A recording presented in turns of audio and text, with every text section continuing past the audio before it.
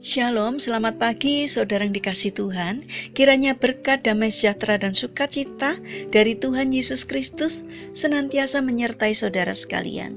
Sebelum kita mendengarkan firman Tuhan dan renungan, mari kita berdoa.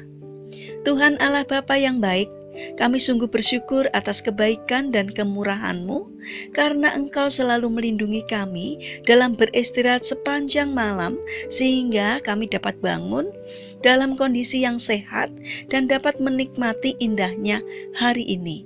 Jika sebentar kami akan mendengarkan firman-Mu, urapilah kami dengan Roh Kudus-Mu, agar kami bisa mengerti, dapat memahami apa yang Tuhan sampaikan kepada kami, terlebih mampukan kami untuk dapat melakukan firman-Mu di dalam kehidupan kami sehari-hari. Terima kasih Tuhan, di dalam nama Tuhan Yesus Kristus kami berdoa. Amin. Saudara yang dikasihi Tuhan, tema renungan pada pagi hari ini adalah kisah musik dalam Alkitab. Bacaan diambil dari kitab Kisah Para Rasul pasal 16 ayat 25 dan 26. Demikian sabda Tuhan. Tetapi kira-kira tengah malam, Paulus dan Silas berdoa dan menyanyikan puji-pujian kepada Allah, dan orang-orang hukuman lain mendengarkan mereka. Akan tetapi terjadilah gempa bumi yang hebat, sehingga sendi-sendi penjara itu goyah. Dan seketika itu juga terbukalah semua pintu dan terlepaslah belenggu mereka semua. Saudara yang dikasihi Tuhan, hampir semua orang di dunia ini menyukai musik. Entah itu bermain musik, bernyanyi, atau sekedar mendengarkan saja. Berdasarkan penelitian, ada banyak pengaruh dari musik. Beberapa di antaranya, musik diyakini bisa menjadi media komunikasi antar manusia yang mampu mempersatukan perbedaan, bermanfaat menjaga kesehatan dan kekebalan tubuh. Musik bisa juga menjadi sarana relaksasi yang dapat mengubah suasana hati dan kondisi emosi. Alkitab juga menceritakan beberapa kisah yang berhubungan dengan musik, yaitu yang pertama, runtuhnya tembok Yeriko. Kisah runtuhnya tembok Yeriko itu menjadi salah satu kisah yang menakjubkan, karena bukan suara bom atau rudal yang menyebabkan keruntuhannya, melainkan bunyi sangkakala dan sorak-sorai bangsa Israel yang nyaring, sebagaimana Tuhan perintahkan. Yang kedua, Gideon dan 300 prajurit yang memperoleh kemenangan atas musuh yang tak terhitung banyaknya. Dalam kitab Hakim-Hakim pasal yang ke-7 menceritakan bahwa dengan memecahkan buyung, membawa obor di tangan kiri, dan meniup sangkakala yang ada di tangan kanan, sambil menyerukan nama Tuhan, Gideon dan pasukannya bisa mengacau balaukan musuh, dan Tuhan membuat pedang yang seorang diarahkan ke yang lain di dalam perkemahan musuh pada saat itu. Yang ketiga, kemenangan Yosafat dan seluruh Yehuda atas banyaknya musuh. Dalam kitab 2 Tawarik pasal 20 menceritakan bahwa ada suatu laskar yang besar ingin menyerang Yosafat, hingga membuat Yosafat menjadi takut, karena secara jumlah sudah tentu akan kalah.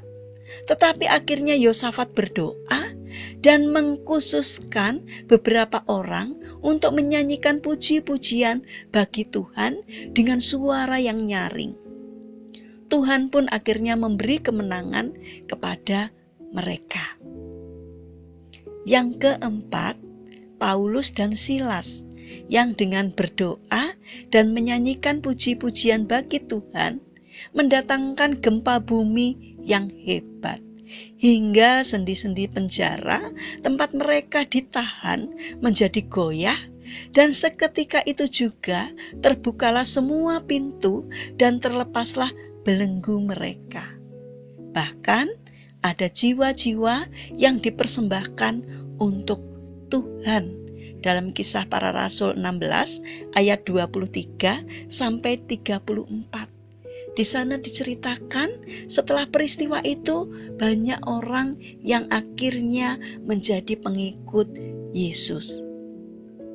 Saudara yang dikasihi Tuhan, dari rangkaian cerita yang luar biasa tersebut, ada satu keterkaitan yang dapat kita lihat, yaitu pujian dan tiupan sangkakala dalam kisah tersebut ditujukan kepada Tuhan.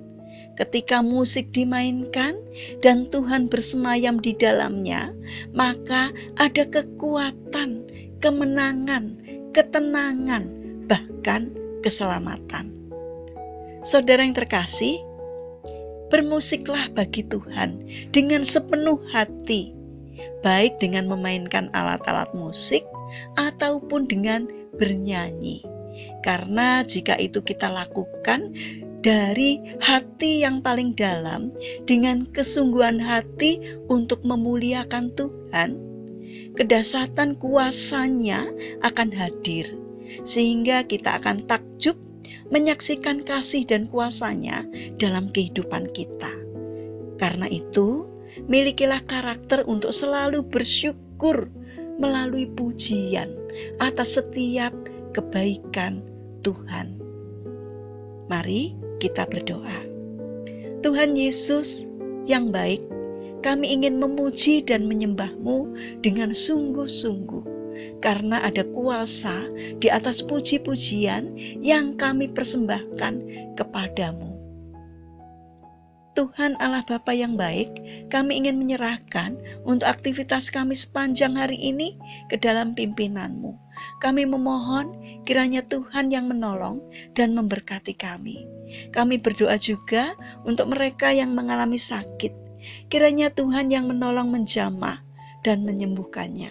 Untuk mereka yang frustasi dan hilang semangat, kiranya Tuhan yang hadir untuk menolong agar mereka bangkit dan bersemangat kembali di dalam menjalani kehidupan ini.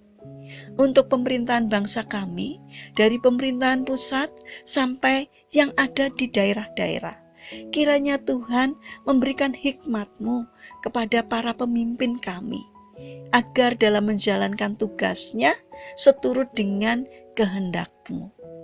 Terima kasih ya Tuhan. Kami serahkan doa ini hanya di dalam nama Tuhan kami Yesus Kristus. Kami berdoa kepada Bapa di surga. Amin. Puji Tuhan, saudara yang dikasihi Tuhan, kiranya firman Tuhan hari ini dapat menjadi berkat bagi kita semua. Haleluya.